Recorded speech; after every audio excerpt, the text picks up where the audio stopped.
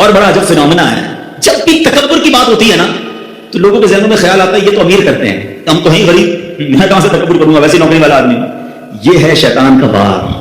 हाँ, उलमा ने तकब्बुर के 8 रीजंस लिखे हैं और उसमें जो माल है ना वो तीसरे नंबर पर आता है, माल पहले नंबर पर नहीं है. तकब्बुर का जो सबसे पहला रीजन है ना वो है इल्म. जब बंदा इल्म सीख लेता है ना तो उसको बाकी लोग जाहिल लगने लग जाते हैं, इनको तो आता ही कुछ नहीं, इनमें पढ़ा ही कुछ नहीं है. बड़ी कमाल की रिवायत है, मन क़ाला अना आलिमुन फहुवा जाहिलुन, जिसने कहा कि मैं आलिम हूं वो जाहिल है.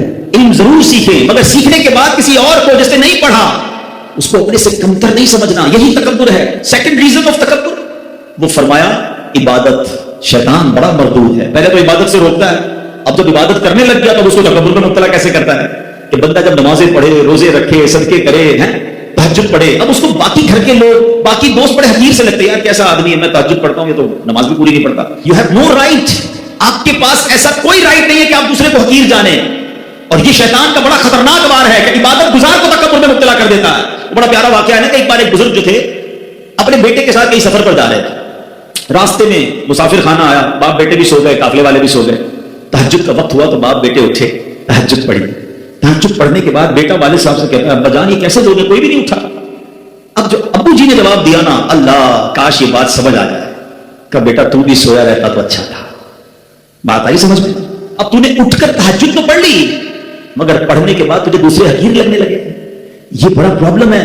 जरूर कीजिए इबादत मगर इसलिए ना कीजिए कि मैं दूसरों से सुपीरियर हूं. शैतान की बड़ी इबादत थी जनाब.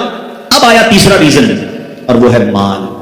जब पैसा आता है तो इंसान को गरीब अच्छा नहीं लगता है, उसको लगता है मैंने कमाया है, मैंने जनाब ये उरूज हासिल किया है. हमेशा याद रखें जो कुछ दिया है वो रब ने दिया है, वो जब चाहे वापस ले सकता है. बुजुर्ग बैठे पूछो इनसे, हमने रातों रात अमीर को कंगाल होते देखा है, ज़कात देने वालों को ज़कात लेने वाला बनते देखा है. इस कोविड ने तो बहुत कुछ लोगों को दिखाया ना, कईयों को उरूज मिला, कईयों को जवाल मिला.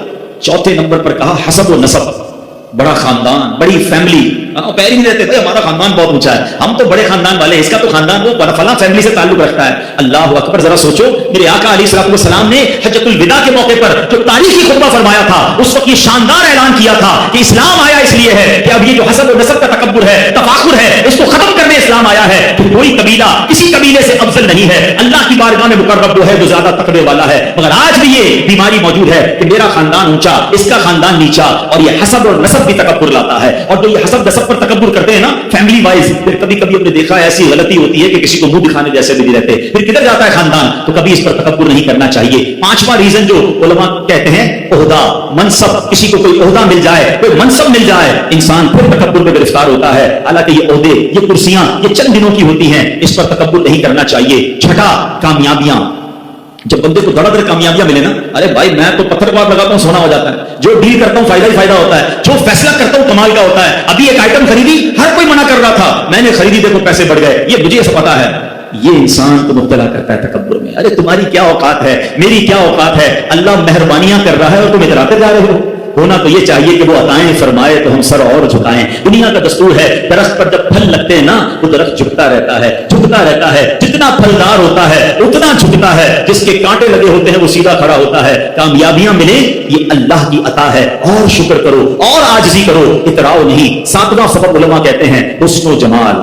कोई खूबसूरत अल्लाह ने किसी को बनाया, उसके भी स्टाइल की गरीब हो जाते हैं, उसको कोई सांवला आदमी अच्छा नहीं लगता है, कहता यार देखो इसका रंग कैसा है, इसका कद कैसा है, इसका अंदाज कैसा है. तौबा तौबा तौबा. अरे अल्लाह के बंदों, अगर अल्लाह ने तुम्हें अच्छी शक्ल सूरत दी है ना तो अल्लाह का और शुक्र अदा करो कि अल्लाह ज़वाले नेमत से बचाना, और मेरे मालिक इधर तो अच्छी शक्ल दे दी, कयामत में भी चमकता चेहरा देना. क्या फायदा ऐसी शक्ल का कि इधर खूबसूरत शक्ल हो और कयामत के दिन चेहरा सियाह हो जाए. अल्लाह उस दिन की खूबसूरती अता फरमाए, उस दिन का चमकता चेहरा अता फरमाए. कितनी प्यारी दुआ हमें इस्लाम सिखाता है. आईना देखो तो दुआ करो, अल्लाहुम्मा हस्सन खल्की फहस्सिन खुलुकी. ए अल्लाह मेरा चेहरा तो अच्छा बना दिया, मेरे अखलाक भी अच्छे कर दे. अल्लाह चेहरा तो अच्छा बनाया, बातिन भी अच्छा कर दे. तो कभी भी अगर अल्लाह ने हुस्न जमाल दिया है तो तकब्बुर न करना. हमने अच्छे अच्छे चेहरों वालों को बीमारियां लग के चेहरे बिगड़ते देखा, बिस्तर पर पड़ते देखा, और जमीन खा गई. नौजवान कैसे कैसे हुए नामवर, बेनिशान कैसे कैसे, उसी 2 गज की कब्र में मट्टी के अंदर वो खूबसूरत भी चला जाता है.